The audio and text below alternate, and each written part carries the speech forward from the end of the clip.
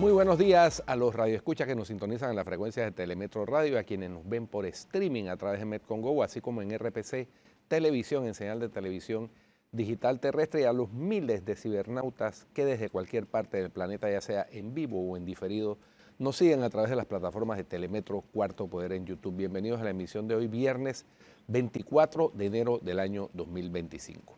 En materia internacional tenemos que más de 700.000 hogares y locales de la República de Irlanda se encuentran este viernes sin electricidad debido a la tormenta Eowyn, que azota toda la isla con rachas de viento de hasta 180 kilómetros por hora.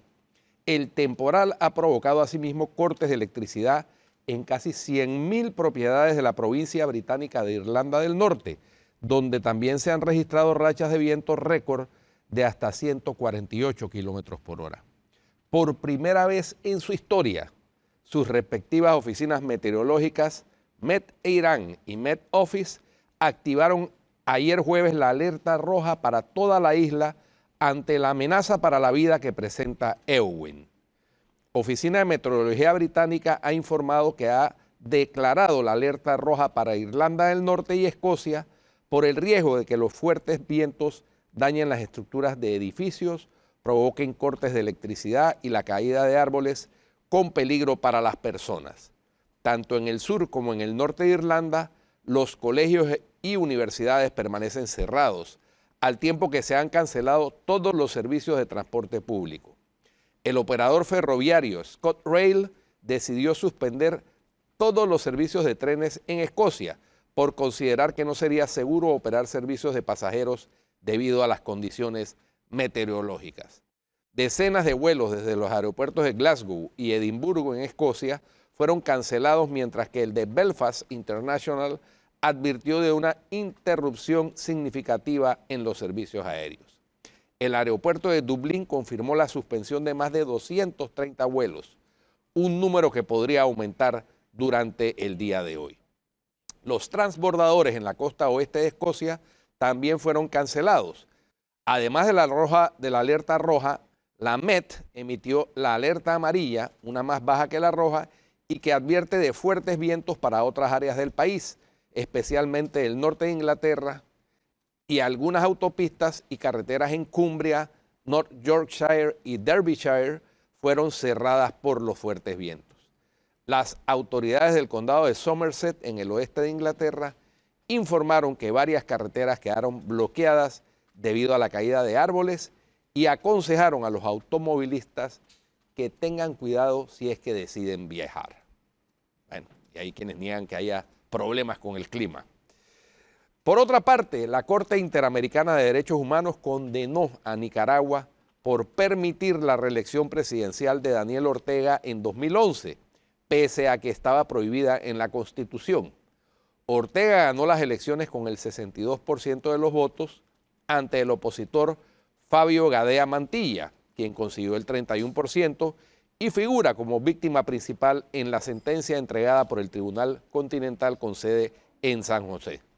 La Corte declaró la responsabilidad internacional del Estado de Nicaragua por la violación a los derechos políticos, a las garantías y protección judiciales de Gadea Mantilla en los comicios de 2011, dijo la presidenta de la Corte Interamericana de Derechos Humanos, Nancy Hernández, durante la lectura pública del fallo. Ortega ya había sido presidente en dos mandatos anteriores, 1985 y 1990, y 2007 a 2012, y la Constitución no le permitía aspirar a la reelección consecutiva, pero la Corte Suprema, la mayoría de magistrados afín al gobierno, determinó en 2009 la inaplicación de la prohibición en su caso. Los jueces de la Corte Interamericana de Derechos Humanos, según Hernández, consideraron que las instituciones del Estado pretendieron dar una apariencia de legalidad a la decisión que autorizaba la reelección de Ortega. La falta de integridad del proceso electoral favoreció la reelección de Ortega, señaló Hernández. También afirmó que la Corte Suprema de Justicia y el Consejo Supremo Electoral mostraron parcialidad y no garantizaron un recurso judicial efectivo para revisar las decisiones que cuestionaban irregularidades en el proceso. La Corte estableció como medidas de reparación que el Estado garantice que el Consejo Supremo Electoral cuente con garantías de imparcialidad e independencia y de medios adecuados de impugnación ante violaciones a la ley electoral. Miles de nicaragüenses han partido al exilio y unos 450 políticos, empresarios, intelectuales y artistas fueron despojados de su nacionalidad en los últimos años acusados de traición a la patria. Una recién aprobada reforma constitucional propuesta por Ortega amplía el mandato presidencial de 5 a 6 años, elimina la independencia de los otros poderes del Estado y eleva el rango de su esposa Rosario Murillo de vicepresidenta a copresidenta. Bueno, terrible la situación en Nicaragua. Por último, un reciente informe del Instituto de Ciencia y Seguridad Internacional, con sede en Estados Unidos, reveló que Corea del Norte logró obtener un horno de vacío, pieza clave en la producción de ojivas nucleares, a través de una sofisticada red de contrabando que involucró a 3 países y burló las sanciones internacionales. El documento describe cómo el equipo fue enviado desde España con documentación aparentemente legítima. A lo largo de su recorrido, las autoridades de México, Sudáfrica y China no detectaron las irregularidades en el transporte, lo que permitió que el horno llegara finalmente al territorio norcoreano. El horno de vacío es considerado un equipo de doble uso por las sanciones de la ONU, ya que tiene aplicaciones civiles, pero también es esencial en la producción de uranio enriquecido apto para armas nucleares. Este tipo de horno es un elemento fundamental en un programa nuclear que utiliza uranio apto para armas, como el de Corea del Norte, explicó David Albright, físico y es ex inspector del Organismo Internacional de Energía Atómica, en el informe. Albright señaló que el régimen de Kim Jong-un está expandiendo sus capacidades de enriquecimiento de uranio, lo que hace que el horno sea aún más crítico para su programa armamentístico. El horno comenzó su trayecto en México, donde fue recodificado en el Sistema Internacional de Etiquetado de Mercancías y clasificado como maquinaria genérica.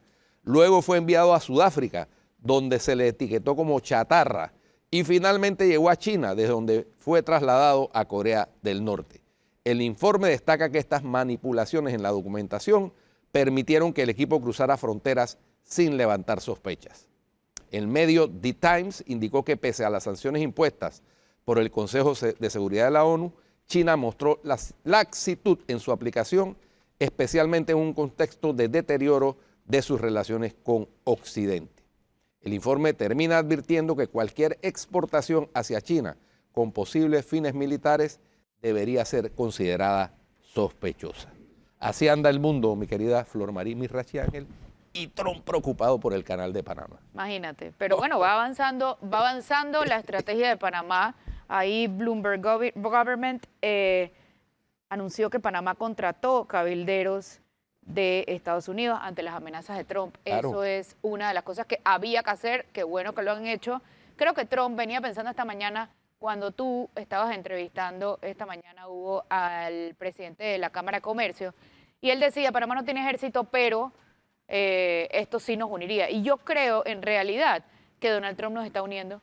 Sí. O sea, es en lo único que he visto que estamos de acuerdo casi todos, casi pues. Todos, porque siempre hay, sí. Siempre hay un par de magameños que o sea, idolatran a Trump y todo lo que Trump haga, por más malo que sea, lo aplaudirán. Sí, pero bueno, yo digo, esto es el tema en los años que llevo como periodista, que no son tantos como los que lleva Hugo, pero no recuerdo un solo tema que pasó. No, nada. Tardo. Por supuesto. Oye, parafraseando al presidente de la Cámara de Comercio. Dedicarse a lo que a mí me gusta desde antes que yo. Parafraseando al presidente de la Cámara de Comercio, Hugo es un muchacho de 57 años. Sí, eso es verdad. De verdad yo lo tomo como un halago viniendo es verdad. de una de las periodistas que yo más admiro, respeto, como es usted. Oigan, precisamente, ¿no? Me siento como tu tía abuela. Sin lugar a duda. Flor Placina. Ay, padre. Para que veas, halago. Pero no, en verdad, o sea, ellos se dedican a lo único que a mí me gusta en la vida, a lo que más me gusta en la vida, ellos se dedican antes que yo a eso. Entonces ellos hablan de cuando de cuando eran periodistas jóvenes, que yo era lo más viejo, los más niños de todos, Atenógenes, tú. Y esas coberturas allá Eduardo con teléfono Linduen. que hacíamos en clase, qué sé yo. Exacto, entonces yo, Que en no es como verdad, ahora, levantó un celular y se acabó, vivieron ¿no? cosas históricas que me hubiera gustado vivir a mí. Sí, no, de Y verdad. tú pensando que es bullying, Es que lo que pasa mal es que él lo pensado toma siempre. diferente cada vez que se habla de la edad. Hombre, si esta es experiencia. Experiencia acumulada. Yo confieso que he vivido, ¿ves? Juventud Por acumulada. favor, aquí está la juventud. Yo soy un pelado de 59 años, así de sencillo. Es- ¿qué diría tu obituario? Mira, no he pensado en eso. Lo voy a pensar y le voy a dar una respuesta. Le voy a dar una respuesta. ¿Y tú? ¿Tampoco lo has pensado? No, fíjate que no. Yo siempre pienso en yo esa amo locura. tanto la vida y tengo tantas esperanzas de seguir viviendo y produciendo y trabajando que no me he puesto a pensar en eso. Quizás cuando me enferme, si es que me enfermo, y no me sorprende como a mi padre un infarto así fulminante, Mira, que hay es la etapas- mejor manera de morir, yo creo, que- no enfermarse. ¿Ustedes le tienen miedo a la muerte? No, Estoy muy Respeto. existencial, ¿no? respeto. Bueno, ya, vamos a hablar respeto, de pero, Trump. pero no, si para allá vamos todos. No. Así Por que- eso. no, pero pregunto porque hay gente que le teme mucho. hay gente Además, que no. además los que somos creyentes, la muerte es solo un paso hacia la vida eterna. Como ya tú tienes garantizada la vida eterna, como que uno no se preocupa por esas cosas y no Así se es. detiene a pensar en ellas, pero bueno, vamos a lo Bueno, que la vamos. tarea para los ateos es pensar en su obituario, pues. Eso para los ateos. Exacto, normal. Bueno, ya, ¿volvemos a Trump o qué? Yo he conocido ateos que a última Oye, hora, viene Marco Rubio la entonces semana se dan cuenta de entrante. esa necesidad, pero Viene el secretario de Estado la semana entrante en una señor. gira latinoamericana que señor. contradice un poquito aquella declaración de Trump de que Latinoamérica no necesitamos a Latinoamérica. Puede ser No que nos quieran necesita- meter miedo en todos los países de No Latinoamérica. nos necesita, pero la primera gira de su flamante secretario de Estado, Marco Rubio, será a 5 países de Latinoamérica, entre ellos Panamá. No, pero yo sí creo que el mensaje es consecuente y congruente. Bueno, porque no uno sé. no sabe lo que vienen. Entonces quizás sí sea el mismo... ¿cómo que no sabe lo que viene? No, porque O sea- Él viene a dar a conocer la agenda de gobierno que desarrollará No sabe- la administración Trump. Pero ¿no? por supuesto, lo que digo es que quizás venga no a estrechar manos, como piensas que eso sería incongruente, sino a reiterar las amenazas ahora in situ. Ya hacer un poco más claro, poniendo los puntos Sí. sobre las IES, porque cuando yo escucho, no, lo que pasa es que el presidente Trump tiene la información equivocada, se la vamos a aclarar. No puede ser que el hombre más- cuando el le hombre más expliquemos- poderoso del mundo no sepa. No, yo creo No, pero lo que pasa es que esa desinformación, Hugo, que él difunde, porque él no es cualquier persona, es el presidente de la primera potencia mundial, causa efecto. Claro, y él lo hace a sabiendas. Cualquier con ese cantidad de propósito. personas en diferentes partes que yo conozco del mundo y de Latinoamérica me han preguntado y me ponen videos de Trump y videos que surgen de vez en cuando en las redes sociales y me preguntan si eso es cierto. Entonces yo lo que hago es que busco documentación como los artículos de Nidia Rosana Castrillón, como un fabuloso reportaje que encontré en France 24, que describe exactamente cómo es el tema del manejo del canal, cómo es el tema de la adjudicación de la concesión portuaria a Panama Ports, qué tipo de compañía es Panama Ports, una compañía de Hong Kong. Hong Kong tiene un régimen especial, todavía hoy siendo ya parte territorial de China, tiene un régimen económico especial que hace que las empresas de Hong Kong no tengan que rendirle pleitesía a Beijing. Entonces todas esas cosas hay que decirlas, porque hay panameños que repiten las empresas chinas del gobierno chino, de China comunista, etcétera, etcétera. Panama Ports no es una empresa del gobierno de China comunista, por Dios. Es más, ni siquiera es una empresa china, es una empresa cuyo origen es Mire, británico. Y a usted este tema lo apasiona. Sí, y- no, y es que usted a ha mí- reiterado esta información. A Y mí- lo seguiré haciendo porque la gota de agua orada a la roca. Sí. Ese es el problema con las palabras de Trump. así sea mi gotita, poco a poco, contra la avalancha de mentiras del señor Donald Trump, que tiene por supuesto un eco mucho más fuerte y poderoso que el que pueda tener yo. Ese es Pero el yo peligro. no renuncio a seguir diciendo la verdad. Yo no demerito a las corrientes en Panamá y me quedo en Panamá porque nosotros muy poco podemos hacer en la opinión pública estadounidense. Sí me quedo con la opinión pública panameña porque yo me tomo muy en serio cuando una persona está viendo la grama más verde en el patio del vecino y se queja de la suya. Nosotros no tenemos un país perfecto, tenemos muchos retos. El reto de la corrupción es, bueno, ¿cuántos años nosotros tenemos peleando en esa dirección? Pero eso no implica que ante temas como estos deberíamos unirnos. Y eso de que estamos unidos, yo no lo veo tan claro. Yo veo gente criticando el tema de de la firma esta de los cabilderos y ponen los 200.000 como si fuera wow. No porque tengan mentalidad de kiosco. Ellos saben que se tiene que hacer y ellos saben que eso cuesta, pero están pensando en la próxima elección. O sea, usted tiene que aprender a identificar a los políticos cuando se comportan de esta manera. ¿Sabes qué me recuerda esto? Guardadas proporciones, por supuesto, Israel y Hamás. Cuando Hamás atacó a Israel el 7 de octubre, en ese momento todo el mundo cuestionaba al presidente, pero decidieron unirse todos y después mataban a ese tipo. No mataban, estoy hablando figurado, sí. Sí, pero después iban a resolver ese lío que se les había formado y de culpa de quién, y decían, no es culpa de nadie en este momento, no importa eso, tenemos que unirnos todos como país para afrontar esta situación. Y yo creo que es primera vez que yo lo veo, por lo menos, que sí estamos de alguna manera uniéndonos lentamente, pero uniéndonos para lidiar con esa amenaza repetitiva de los Estados Unidos, el presidente más poderoso del mundo. Sí, la agarra con nosotros, tenemos que unirnos. A propósito del presidente poderoso, es el presidente en un estado constitucional de derecho. Ayer un juez de Seattle le bloqueó una de las primeras órdenes ejecutivas que firmó y se la bloqueó por ser abiertamente inconstitucional. Y un juez designado en su momento por Ronald Reagan, un juez Pero yo igual conservador. creo que tenemos que unirnos. Entonces, a pesar de que la justicia de allá pueda yo me quedo en mi patio. pararle algo. Yo estoy en esa misma línea. Es más, a mí me gustó la analogía de Danilo Toro, que en breve va a estar con nosotros acá. Él decía que esto es como una familia, ¿no? Entonces llega el banco y le dice, te voy a quitar tu casa. Entonces el hijo dice, bueno, ese no es mi problema, porque yo no pago la hipoteca. Ese es un problema de mi papá. Además, mi papá me castigaba cuando yo estaba chiquito. Espérate un momentito, es que tú también te vas a quedar sin casa, ¿no? Yo creo que la analogía cabe, porque este no es un tema de si usted apoya al señor Mulino, si votó por él, si no votó por él, si simpatiza con el que está allá en la embajada, si la ideología, que no tiene que ver con eso. Hay que tener la suficiente inteligencia para saber cuándo atacar cada tema, a quién atacar en qué momento. O sea, también es un tema, ni siquiera es político, porque político yo no estaría diciendo esto, pero es un tema país. Y se lo hablo de ideologías porque hay quienes quieren plantear un tema de lucha de clases. Y el asunto no es por allí. Poco va por ahí. Es algo que la redistribución de la riqueza en Panamá, que es uno de los peores del mundo. Sí, es verdad. Pero ¿sabes por qué hay esta división? ¿Por qué todavía no hay una unidad? Por la falta de educación. Claro. Porque al final del día, si en la escuela nos dieran la clase de Panamá, relaciones con Estados Unidos, y dieran otras clases y midieran los resultados, en verdad todos estaríamos empoderados para poder defender el canal como lo que es, pero como mucha gente ni siquiera sabe cómo le llega, y eso es culpa de la educación. Total. Y eso le cae a todos los gobiernos. Desde el año... Pero en este y eso momento, nos cae a nosotros como ciudadanos por también. Por supuesto.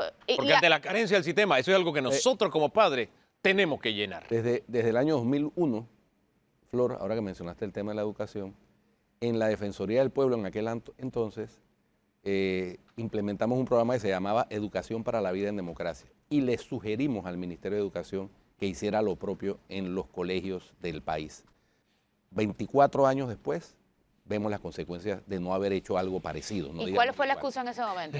Bueno, ya no se veía como un tema fundamental porque ya habíamos recuperado la democracia, porque se da como que es una cuestión ya lograda y que no, eso hay que ejercerlo todos los días con educación para vivir en democracia, que no es una para que no vuelva fácil. A pasar lo que está pasando ahora mismo. Es. Y entonces eso genera una cohesión social porque aquí en Panamá importante. todo es resolución de crisis, no prepararnos para la crisis. Y hay temas que no pueden ser un capítulo dentro de un libro, es decir, en tema de materia no pueden ser parte de otra materia, no.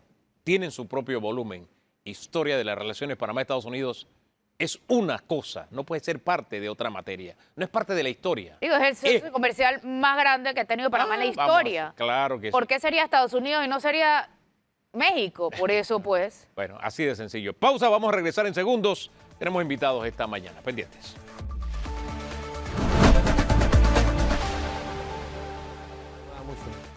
Bueno, estamos de regreso con Cuarto Poder y ahora nos acompaña Danilo Toro porque estábamos citando, Hugo Enrique, una analogía que hizo Danilo esta mañana en el noticiero muy interesante sobre el tema, la coyuntura que se está dando de la, por lo menos, disputa verbal que tiene el presidente Trump con nuestro canal de Panamá. Sí. ¿Te refieres a lo de la casa? Lo de la casa, Ah, pero sí. usted va aquí al lado y pensé que usted nos había escuchado. ¿En Sí, serio? no, porque me encontré con un gran amigo que ya pronto lo verán los televidentes y con él pues estábamos revisando algunas cositas. Lo que ocurre es que, sí, desafortunadamente, ¿Qué invitado? Uno no puede decir así. Claro, ahora lo verán. ahora lo verán. No, pero oye, soy mujer, soy periodista, no puedo esperar. Por favor. Complázcala. Harley Mitchell. está. Harley Mitchell. Ah, el ok, doctor ok. Harley Mitchell. Ah, ok. Para mí es una autoridad en la materia que ustedes van a tocar con él. Es la autoridad. aquí. Pero vamos a la analogía ahora sí. Complacida Ahora Flor. Gracias, gracias. La periodista Flor. Bueno, se trata del hecho de que he podido observar, me han llegado mensajes, memes, operaciones de gente que dice, bueno, búsquense a otro que defienda el canal porque a mí no me ha tocado nada. Y entre ellos, pues, los jóvenes, hay jóvenes que no tienen una posición asumida frente a esto, no tienen criterios elaborados porque la sociedad no los formó, no les dio información sobre esto. Así es que yo busqué una analogía para que pudieran entender de qué se trata esto, ¿no? Y le dije, es como que si estás en tu casa, tu familia, tienes una situación en tu familia, a veces estás peleado con tus padres, a veces te llevas bien, qué sé yo, lo que sea, pero de repente algo pasa que llega la mala noticia y dice, bueno, tienen que desalojar la casa, van a perder la casa porque alguien se la va a quitar, tienen que desalojarla. La hipoteca, el banco. La hipoteca, lo que La sea. hipa. Y la actitud suya, le digo yo al joven, la actitud tuya equivale a decir, bueno, ese es el problema tuyo, papá, porque tú eres el que tiene la hipoteca del banco. A mí a mí no me ha tocado nada de esto, así que tú tienes que ver cómo tú resuelves ese problema. Esa es la lectura de la mayoría de los jóvenes con los que yo he hablado. ¿Ves? Entonces, esa visión de no entender que independientemente de cuál sea la dinámica tuya, es tu casa, es tu única casa, porque a menos que tengas las alternativas de verte fuera de Panamá, y eso es falso, si no, tomen nota de cuáles son las medidas de migración que se está tomando en Estados Unidos, por ejemplo, ¿no? No, y cuando uno le habla de cosas que forman parte de la historia, se sorprenden. Había una joven esta mañana en el estudio, y cuando le mencioné 3 cositas, dijo, ¿de verdad? O sea, le sorprende, porque de pronto sienten, son los estadounidenses. ¡Qué bueno! No. Sí, exactamente, ya me dijo que sí, estoy hablando de usted, precisamente. Porque, acuérdese, la carretera interamericana llegaba hasta Río Hato, porque había una base. No podía ir más allá por asuntos de seguridad nacional. Nosotros no podíamos explotar nuestra red radioeléctrica. La radio, la primera que hubo en Panamá, fue clandestina, porque por asuntos de seguridad nacional tampoco podían operar las emisoras de radio en Panamá. Hombre, la red de ferrocarriles que quería hacer un presidente como Belisario Porras, ¿por qué prácticamente se quedó en su cuna, solamente allá en Chiriquí? Porque había asuntos de seguridad nacional que los Estados Unidos dictaba. El espacio aéreo lo controlaba. Nuestro espacio aéreo lo controlaban. Entonces, era una democracia tutelada la que teníamos. Éramos una cuasi colonia.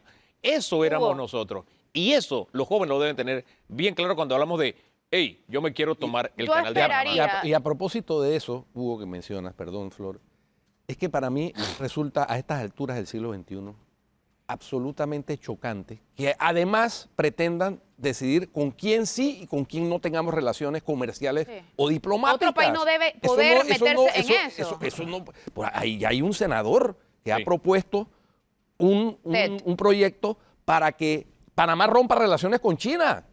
O sea, ¿en ¿Desde qué- cuándo ellos deciden en lo qué que planeta hacemos están nosotros? viviendo? Es que esa era la democracia tutelada Bueno, que por teníamos Dios. antes. Se trata del Pero- senador Eric Schmidt.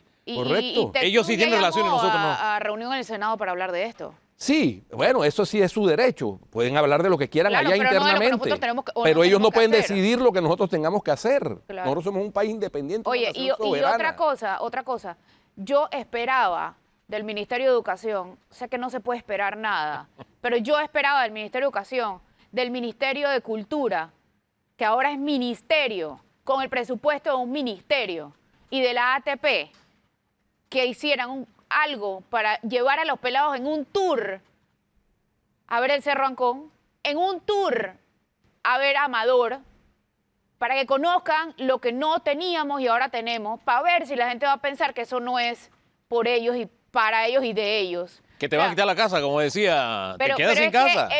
Pero es que explicarles por qué está el monumento ahí el 9 de enero, o sea, todas las cosas. Mira, esta área no podíamos entrar. Y esa es una tarea Un paseo. permanente que la ACP ha tenido con colegios a nivel nacional. Sí. Tal vez muy poco publicitado o promocionado, pero durante todo el año la ACP trae jóvenes de todo el país. Es correcto. Y precisamente les ilustra sobre estos aspectos. Por eso es una gotita de agua en el mar. Este es un tema en el que todos tenemos que hacer algo. ¿No te parece que si el Ministerio de Educación dice, bueno, hoy no hay clases, hoy vamos a ir en un paseo, todos obligatorios, obligatorio el paseo, para conocer por qué tenemos que aprender a defendernos y cómo nos tenemos que defender, con qué argumentos, para que lo vean visualmente? Yo te aseguro que no habría panameño opuesto a que sus jóvenes conocieran la historia. Mira, este sentido de patria es algo que no se logra con un día libre, no se logra con una sola lección, es un asunto de día a día, y ahí me quedo con la materia de la que hablaba hace un rato Guido, de cómo nos hemos ido descuidando, nuestras autoridades se han ido descuidando en su tarea, y muchos padres de familia también no han hecho su labor, porque insisto, esto es algo que usted tiene que haberle dicho a su hijo. Pero ahora bien, a nosotros se nos pone cuesta arriba, y más allá de lo que piense el señor Donald Trump y de lo que no hemos hecho, es lo que podemos hacer. Y todavía me sorprende que hay gente que venga y diga, pero ¿por qué contratamos cabilderos? Y que lo digan políticos, que saben que tenemos que hacerlo y que ese es el camino. Es que todavía la politiquería está mandando aquí. Esa es parte del problema. Don Danilo, quiero su punto de vista mejor. En las grandes democracias, cuando digo grandes me refiero, vamos a partir de las 3 democracias institucionales en términos históricos, las que originaron todo esto. Francia, Reino Unido, Inglaterra, Reino Unido y Estados Unidos. ¿Ok? Los sistemas, todo lo que es democracia nació de esa trilogía, de allí nació. Los sistemas democráticos se hicieron complejos, se hicieron difíciles, el sistema de pesos y contrapesos se hizo difícil y la democracia dejó espacios alternativos para que funcionaran mecanismos de influencia, de presión, de orientación. Y son aceptables. Son instituciones privadas que funcionan como mecanismo para orientar el comportamiento de los tomadores de decisión. Ser lobista, ser cabildero en los Estados Unidos es una ocupación es una ocupación, una profesión, exacto. Es registrada, no es trampa, no tiene que ver nada con negociaciones turbias, no tiene que ver nada, no. Y tráfico de influencia, ni nada de esas cosas. Es gente profesional que primero vive de la información, del análisis de la información y de la utilización de la información para la toma de decisiones. Y que son profesionales que tú necesitas, porque no es que tú llegas allá y que yo soy Danilo Toro, soy analista de Cuarto Poder. No. Necesitas a esa llave que abre las puertas. Y precisamente ellos cumplen esa función. Ellos cumplen, además. Lo decimos de una forma simple y llana. Además, pero más profundo. dominan los mecanismos de toma de decisiones. Claro. Y una democracia como la de Estados Unidos, un sistema como Estados Unidos, es tan complejo. Yo tuve la oportunidad de ser visitante especial y a mí me llevaron a ver cómo funcionaban los mecanismos en el Congreso, cómo funcionaban las relaciones Congreso-Casa Blanca, cuál era el papel del órgano judicial. Todo eso, una larga visita que hice a ese país hace algunos años. Y realmente es tan complejo el sistema, tiene tantos resortes que se requieren de expertos que asesoren. Ese es el papel de los lobistas. ¿Panamá lo va a necesitar? Por supuesto que lo va a necesitar. Oye, sí. ¿Y es barato? ¿Es barato? Lo va a necesitar. Y es barato, le vuelvo a leer, yo 3 veces. El costo no es bajo. Son expertos, orientadores, y el costo es alto, porque el servicio es especializado. Además, en eso pues se parecen acá a los abogados.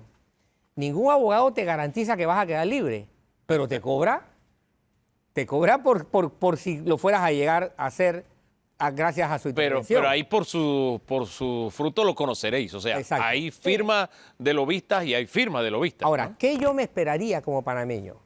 Que junto a la decisión de la influencia, de la decisión de conseguir un asesor, un lobista, un orientador en Estados Unidos. También hay firmas reconocidas de relaciones públicas, que ese es otro trabajo. Sí. A veces están casadas Sí, con es lobistas, diferente. etcétera. Pero frente a eso, o junto a eso, o antes de eso, Panamá debe tener la confianza de tener una fuerza de tarea dedicada a este problema, a reforzar la Embajada de Panamá en Washington, y creo que allí tal vez nos estamos tomando más tiempo del debido, porque es importante hacer eso. Si tú no tienes a un director técnico que te resuelva el problema de qué posición va a tener un jugador en la técnica del grupo, del juego que vas a desempeñar o desarrollar, pierdes capacidad de maniobra, pierdes probabilidades de efectividad. Y en el noticiero me tomé la libertad de mencionar algunos nombres, porque Panamá tiene recursos humanos. El lobista no reemplaza el recurso humano panameño. El recurso humano panameño es el más importante, es el indispensable, es el que se necesita porque es el que conoce nuestras intimidades, y a su vez hay expertos panameños que conocen también las intimidades de cómo funciona la democracia de Estados Unidos. Y los hay, ¿no? Los administradores del canal tuvieron relaciones muy cercanas con el Pentágono, con el Cuerpo de Ingenieros del Ejército de Estados Unidos. Los administradores panameños han tenido una relación especial con las navieras, que tienen vela en este entierro. Hay exdiplomáticos o diplomáticos que tienen experiencia en la materia. En Estados Unidos ha vivido un panameño que a veces está aquí, a veces está allá, pero que conoce Washington muy bien. Luis Botello. No, como periodista, no, me refiero a Juan B. Sosa, ex embajador de Panamá en Washington. Para mí, tal vez el panameño mejor conectado en Washington, específicamente con el grupo republicano. Sí, van a Ese tener, es otro van a detalle. tener Una que- cosa es el territorio republicano y otra cosa es el como dos demócrata. países, a propósito. pero Así es. mira, un ex embajador habría que recurrir a otras personas ajenas a nuestro servicio exterior, que es un plomo y medio. Entonces, increíble, porque la gente no le presta atención a los nombramientos del servicio exterior y solo son temas cuando o va alguien en sustancia a la asamblea para Aquí donde tú te das cuenta la calidad de importancia. jugadores que tiene para tu equipo. Exactamente. Y cuánto debiste haberte preocupado por Pero, tener los mejores jugadores. Nuevamente, hay tantas cosas que están mal que al final uno termina concentrándose en las que uno piensa que están peor hasta que viene la crisis y te das cuenta, a eso también tenía que prestarle atención. Claro. Exacto. Ahora, yo realmente espero, creo y tengo la esperanza de que el presidente Molino, yo considero que esto es una emergencia. Yo considero esto una emergencia. Claro. Creo que el presidente tiene la capacidad y la disposición de entender que está ante una emergencia, y ante una emergencia tú mueves tus cuadros, sacas un jugador, metes otro, a otros los trasladas de posición. Es decir, tienes que enfrentar una emergencia y luego dejar las bases para que con la lección aprendida no vuelva a pasarte lo que ahora te pasó, porque eso es lo más importante, ¿no? Nosotros dormimos 25 años creyendo que los tratados de Torrijos-Carter eran un sello de garantía eterna, y no. Oiga, y yo creo que es importante allí echar mano de la historia, y cuando echamos mano de la historia, darle honor a quien honor merece. Uno no necesariamente tiene que estar de acuerdo, por ejemplo, con el pensamiento de un Arnulfo Arias Madrid, pero usted tiene que aceptar los logros que a través de la historia alcanzó el señor Arnulfo Arias Madrid. Asimismo con el señor Omar Torrijos Herrera, usted puede hacerle muchas críticas, pero fue el que firmó los tratados, lideró ese último paso a lo largo de nuestra historia y nos dejó advertencias muy claras cuando dijo, por ejemplo, que si no se manejaba de manera juiciosa, ese mismo tratado serviría para intervenciones futuras. Y yo creo que la advertencia más clara que nos dejó fue, bien pendejos serían si se dejan quitar lo conquistado. Exacto. En este momento es lo que menos podemos ser, unos pendejos, precisamente. Y hay que entender que esto no es coyuntural. No. Esto no es, No. hay coyunturalmente un personaje determinante que se llama Donald Trump. Él es una coyuntura, pero él es la cara la cara con visos de erupción volcánica de un movimiento que ha estado siempre buscando ver cómo llegaba al poder y que ahora lo tiene ¿Cómo alcanza todo. más? ¿Cómo alcanza Y más? que ahora en Estados Unidos lo tiene todo. Ojo, cuando dice todo, es es todo. todo. Gracias, don Danilo. Todo. Los Gracias, Danilo. poderes. Vamos al cambio y regresamos con nuestro invitado Harley Mitchell.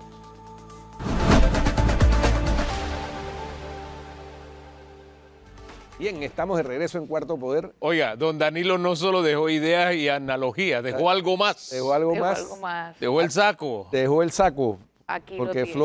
Flor dice que, Pero yo pensé... que este set es muy frío. Sí. Entonces, como No sé. en vez de Este venir set ella es helado, abrigada, pero- le quita el abrigo a los invitados. No, no puede ser. Muy grave y delicado, pero no aguanta. O Bueno. sea, más vale la sobrevivencia, porque no es Bueno. comodidad, que la imagen. Bueno, listo. Me queda, ¿no? No, no, le No, luce, pues, le luce. te luce. A usted le luce mejor Te que a, luce. Sí. que a don Bueno. Danilo. Porque Guido, Créame. ahí donde lo ves, ni se inmutó No, en pues- prestarme lo que el de él combina más conmigo hoy. Pero No, es que aquí hubo varios que le ofrecimos. te eso. da, Es te da que como... tuyo Más de gris, uno. muy te da lindo, como- pero este no me lo Flor, ofreció. mi saco te da como 4 vueltas y todavía te sobra espacio. No, mira, el de Danilo me queda Perfecto. chapot. Le queda un poquito. Pero, grande oye, todavía. invitamos Perdón, pequeño. al Pequeño. abogado. Pequeño. Compramos en Popis. Danilo y yo. Invitamos hoy al abogado Hush especialista Puppies. en el tema medioambiental, Harley Mitchell, para hablar de varios temas, pero específicamente yo tengo una inquietud porque la ARAP acaba de lanzar una app supuestamente para prevenir delitos en los mares panameños. Delitos que tienen que ver desde pesca ilegal hasta el robo de motores fuera de borda, asaltos a embarcaciones, etcétera. Y hay un elemento medioambiental ahí porque tenemos una situación con la Unión Europea en donde tenemos una bandera amarilla que puede afectar la exportación, que es uno de los rubros de exportación importantes de Panamá, de productos del mar hacia ese mercado. Bienvenido, Harley. Bueno, muchas gracias por la invitación. Soy inocente de lo del saco, yo no sabía que había que traerlo. Tranquilo, el tuyo no combinaba. El ataque era contra Guido. Ah, muy bien, porque Claramente. después usa mi corbata de bufanda. Eso sí te combina. Miren, acá luces y sombras como en todo. Yo creo que lo principal es que hay alguna voluntad por parte de los servidores públicos adscritos a la ARAP, que es una entidad que tiene competencia ambiental. Las facultades de ARAP tienen todo que ver con los recursos naturales, en este caso los recursos pesqueros, y el dispositivo sancionador que tiene esta entidad es bastante interesante. Es una de las pocas entidades donde la multa que se le coloque a alguien que infrinja las normas de la Ley 44 de 2006, el 20% aproximadamente va para el denunciante. Esto solamente se ve en normas como por ejemplo fiscales, aduaneras, y estuvo en la Ley General del Ambiente por mucho tiempo antes de que en la administración Martinelli esto se quitara. Pero en la ARAP sobrevive esta disposición, así que su aparato sancionatorio es especial. Dicho esto, el asunto de la ARAP no necesariamente es una novedad en la administración pública panameña. El Ministerio de Ambiente colocó una hace algunos años y también existen números de emergencia, si no me estoy equivocando, el 311, que distribuye a través de las instituciones que sean competentes los distintos tipos de denuncias, y estas denuncias suelen investigarse en algún momento de los meses o de los años que correspondan. En cuanto al app de la ARAP, no tenemos mayor comentario en cuanto a la voluntad, pero como siempre, y no quisiera alivianar esto, pero la parte jurídica parece ser como el aguafiesta de los anuncios y de la parte mediática, porque recordemos que los procesos pueden iniciar, según la Ley 38 de 2000, artículo 64, por cualquier medio de denuncia. E incluso como la Ley 38 es antigua, es del 2000, mencionan el fax con bastante prominencia. Por fax, por teléfono, se pueden hacer las denuncias. Sin embargo, este tema de apps se puede añadir a cualquier medio, pero aquí es donde vienen los matices. En otras disposiciones, como por ejemplo la costarricense, estas apps que amplían la participación ciudadana en materia de denuncia, tienen también un manual, porque físicamente tú no puedes determinar, por ejemplo, si un buque tiene permiso de pesca o no tiene permiso de pesca, por la mecánica de que está muy lejos. Tú no puedes determinar a simple vista, a menos de que estés en otro buque o estés en el mismo buque, quién está aplicando artes prohibidas. Tú lo puedes asumir, pero se presume que en un funcionamiento jurídico, en un sistema jurídico, la buena fe se presume siempre. Así que el app me parece algo muy, muy atractivo, muy simpático. Sin embargo, su aplicación práctica me parece que debería ir acompañado a través de un manual o incluso hasta un instrumento jurídico que lo respalde. La línea 311, por ejemplo, tiene incluso una ley que la respalda. La ARAP, si bien está sacando un mecanismo, un medio, no observo, por lo menos en los instrumentos invitacionales a la inauguración de este app, no estoy observando que esto sea acogido por una resolución administrativa. O sea, usted no lo rechaza, pero se necesita la instrumentalización legal. Sí, en efecto, nadie puede rechazar que Claro. la participación ciudadana se amplíe. Pero ¿qué ocurre? Que existe un riesgo cuando la participación ciudadana no está arreglada, y esto está en la Ley General del Ambiente. Se apoya al que denuncia a menos que haya temeridad. Y la temeridad puede darse con conocimiento de causa, pero también de manera inadvertida. ¿Cómo tú vas a saber que un buque que está a medio kilómetro de distancia tiene las artes de pesca correspondientes? O que solamente al estacionarse en un sitio está pescando. ¿Me explico? Esto tiene que ir acompañado de algún tipo de instrucción pública para que no haya temeridad y, lo más importante de todo, para que no se desperdicie de recursos públicos. Instrucción pública. No, pero mire que hago el énfasis en el tema, espérate, es posible, no la rechazo, pero necesita este camino. ¿Por qué? Porque en el tema del conservacionismo hay una escuela muy ortodoxa que me recuerda a lo que me enseñó la profesora Lesbia allá en la escuela secundaria de Volcán. La vi ahora que se puso la primera plana del Centro Regional Universitario allá. La profesora Lesbia, de grata recordación. Ella nos habló del determinismo geográfico. ¿Se acuerda del determinismo? Y el posibilismo. Entonces hay algunos conservacionistas que están en el determinismo. O sea, aquí no se puede hacer nada porque la condición de nuestra vida está regida por la naturaleza, la geografía, etc. Y el posibilismo es el que dice, espérate, es que a pesar de las condiciones, yo puedo traer progreso sin dañar, sin destruir. Entonces, creo que es válido traer ese tema al tapete porque arrancó en Chiriquí un proyecto que ha tenido sus tropiezos, pero arrancó. Y que algunos conservacionistas dicen, es posible hacerlo sin destruir el medio ambiente. Hay otros que dicen, no lo hagas ahí porque se destruye todo. No toques esa área. ¿En qué escuela se ubica usted? Bueno, en la escuela donde nos ubicamos todos, o porque el sistema de Naciones Unidas, que es el sistema que estableció los instrumentos ambientales internacionales y que finalmente permeó a los esquemas jurídicos, incluso el panameño, lo que predica es el desarrollo sostenible, de que las actividades de toda naturaleza, incluso las económicas, tienen que estar regidas por ley. El estudio de impacto ambiental ya no solamente es una opinión internacional, está en la legislación. Y los funcionarios de mi ambiente, me permito darles un saludo mientras estoy conversando con ustedes, y también un saludo a las demás instituciones que participan, con celo protegen la gestión ambiental. Y cuando tenemos un estudio de impacto ambiental aprobado como este, sin conocerlo íntimamente, sí puedo certificar que los servidores públicos que finalmente aprueban el estudio de impacto ambiental lo hacen de acuerdo a una pirámide de distintas instituciones y distintas unidades de instituciones que dan un criterio técnico.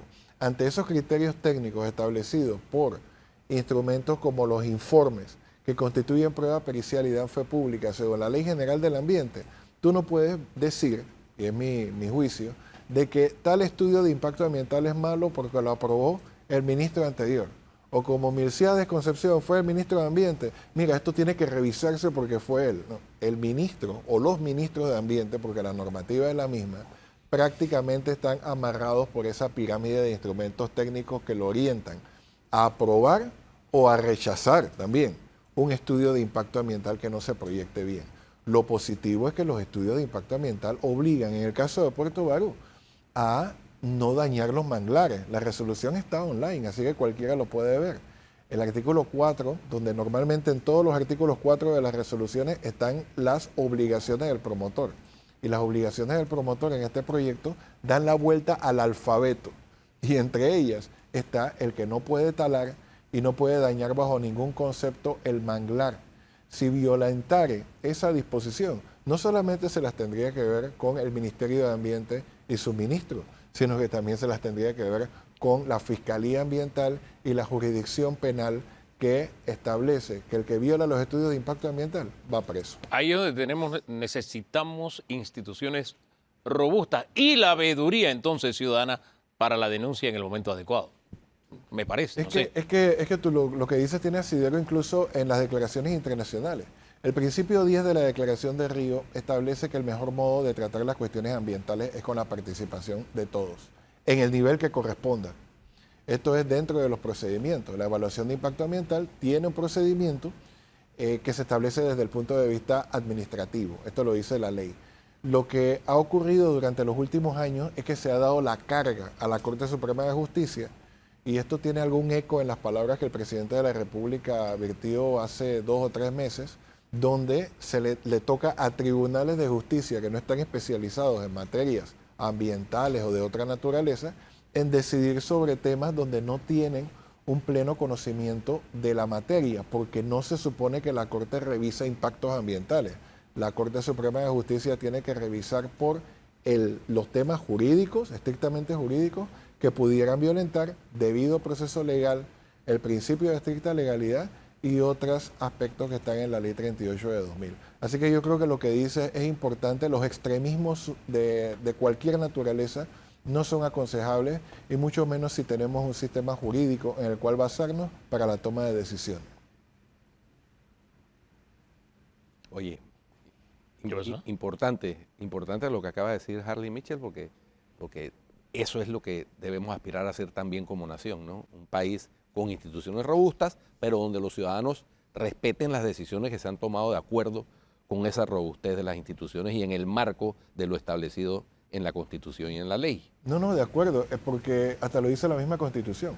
El artículo 119 de la Constitución dice que corresponde al Estado y todos los habitantes del territorio nacional procurar un desarrollo social y económico que prevenga la contaminación, mantenga el equilibrio ecológico y evite la destrucción de los ecosistemas. O sea, ese sistema de desarrollo sostenible después se va desarrollando en el artículo siguiente mediante un principio de racionalidad en la utilización de los recursos naturales. Sin embargo, en este tema hay mucha pasión. Lo hemos vivido en los últimos años. Y yo lo tengo que decir, yo también fui víctima en algún momento, tal vez, en esos primeros años de ejercicio periodístico. De pubertad. Sí, yo recuerdo que había un proyecto, por ejemplo, de un teleférico al Cerro Ancón. ¿Tú te imaginas el atractivo turístico y el potencial que podía tener? Pero hubo ambientalistas que se opusieron, dijeron, no, es que eso pasa sobre un área verde y un área poblada. Pero cuando tú vas a otros países, te das cuenta que la mayoría de las elevaciones de una ciudad, por motivos turísticos, tienen miradores, tienen un desarrollo, tienen teleféricos, qué sé yo. Entonces yo me decía... Es que se puede ¿y nosotros convivir, por qué? no Claro. puede ser todo patria o muerte. Total. Entonces, esos extremismos a veces nos cierran puertas. Y algunos de los que practican este extremismo han viajado, saben que es posible, que podríamos aspirar a eso, que podríamos tener un mejor desarrollo, incluso turístico, porque ahora dicen, no, que el turismo, sí, incluso turístico, pero siempre se le cierra la puerta a muchas iniciativas que generan empleos y demás, basados en la ortodoxia, y los extremismos, sea el que sea, siempre termina siendo dañino y nos damos un disparo en el pie, triste y lamentablemente. Sí, es por esto y también por no seguir ese esquema jurídico. Lo que yo temo de lo que mencionas es que a veces las mismas autoridades pueden contagiarse de estos asuntos y realmente piensan que están tomando una decisión, pero dejando el sistema jurídico de lado o escogiendo las partes del sistema jurídico que aparentemente les desarrollen. No sé si me estoy volviendo muy declarativo o muy pro Naciones Unidas durante esta mañana, pero también lo que dices. El principio 4 de la Declaración de Río establece que la gestión ambiental tiene que estar integrada con el resto de los elementos de desarrollo. Por ejemplo, el tema de las carreteras tiene que estar integrado con la gestión ambiental, de modo tal de que una institución no se vea confrontada con otra, como pasó en Colón durante los meses que han pasado y todavía sigue ocurriendo. El tema del turismo tiene que estar imbricado con la gestión ambiental y todos los derechos humanos, el derecho al desarrollo, el derecho a la salud, el derecho al ambiente, según Naciones Unidas, todos son interdependientes. Así que por supuesto que la gestión ambiental no puede ser las instituciones de un lado y un Ministerio de Ambiente aislado en el otro, sino que todas deben trabajar juntas de modo tal de no sobrecargar a la Corte Suprema de Justicia. En su momento el teleférico también fue a la Corte Suprema de Justicia y fue negado en base, digamos, a pulmón por parte de los funcionarios en ese tiempo, ¿no? Así que sí, todo, en conclusión, la gestión ambiental se realiza de acuerdo a lo que dice la norma, no necesariamente sobre lo que dice la pasión del momento. Muy bien. Muchas gracias, Harley, por aceptar la invitación de Cuarto Poder.